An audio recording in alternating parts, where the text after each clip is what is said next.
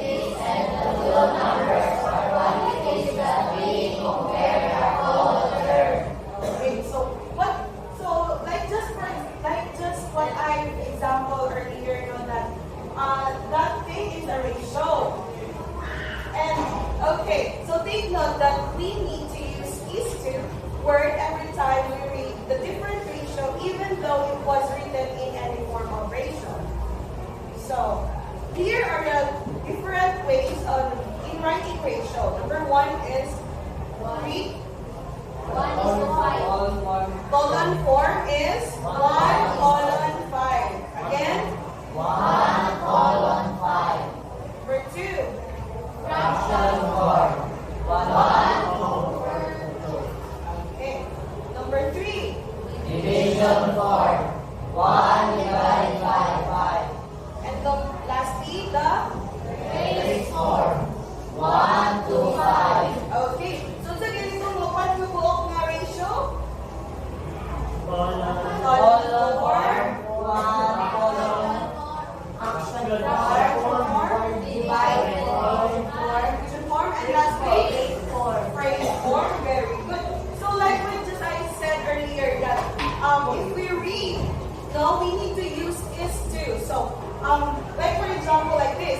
So the number 1 column 4, we read is into we write it into 1 column 5. But if we read it, we'll gonna read it as 2. 1 is to 5. Okay, understand? Yeah. Okay. Another example for fraction 4. 1 half. If we write them, but if we going to read that one, it's gonna be 1 is to 2. Very good. And number 3, division form. So we write it into 1 divided by 5, and the phrase form, 1 to 5. But we read it into 1 is to 5. Very good. Okay. So now let's proceed to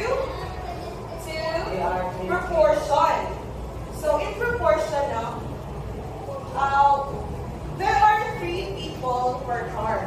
So the ratio of people to car, we write it into 3 column 1, 3 over 1, 3 divided by 1, and 3 2. But we read it into very good. Okay. Also the ratio of car to people, we write it into 1 column 3, 1 over 3, 1 divided by 3, 1 to 3, but we read it into 1 is to 3. very good. Okay. So if I'm going to make a fruit shake, so I'll be making a fruit shake, and ingredients are 6 mangoes and 3 apples. So how we're going to read the written ratio of apple to mango? So if we write it, our ratio to apple to mango, it's gonna be the 3 over 6, 3 column 6, 3 over 6, 3 divided by 6, 3 to 6, but we read it into 3 to 6. very good. Okay, next, the ratio of mango to apple.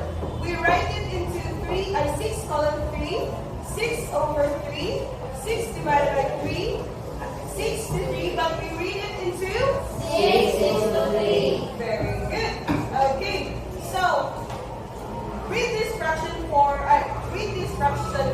of this ratio. So saan natin siya pag-read ang kanina fraction? Saan natin siya pag-read? Again? 4 is to 4 is to 8. Very good. It is 4 is to 8. So everybody know nakagets naman sa ratio and proportion. So easy na kayo siya ang ratio and proportion. So always remember that proportion is in 2 parts and it's paired of equal ratio. No? And so this is also an example. So 10 and 7 is what we call means. And 5 and 14, what we call MC, extremes. So one of the means is inside terms, and the extreme is the outside terms. Okay. Okay, I want you guys to answer this one. 10 times 7. 70. 5 times 14. 70. Are they equal? Yes. Yes, very good. So they are equal to each other. And here is also example of the cross multiplication. Kung sa natin siya kuha, no, ma-equal sila. So the second and third terms are the means, no? While the first and fourth terms are the extremes. So the solution is in here. So 10 times 7 is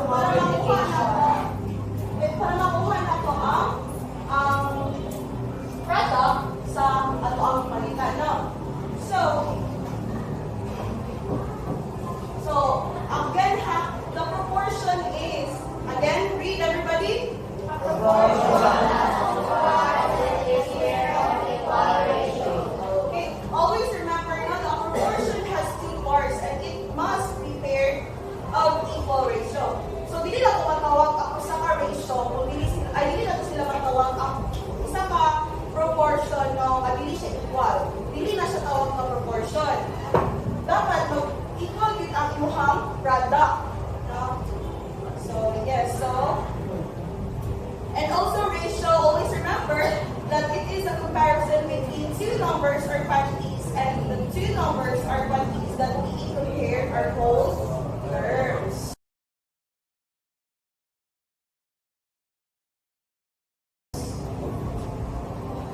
Okay, so how about these guys? I want you to answer this one. Okay, so number one, how we're going to write the ratio? In four ways na siya. So we have A, B, C, D na siya, no? So ano ito siyang right now? We have four ways of writing ratio. So ano natin siya? A, tayo isa. 1:4. No.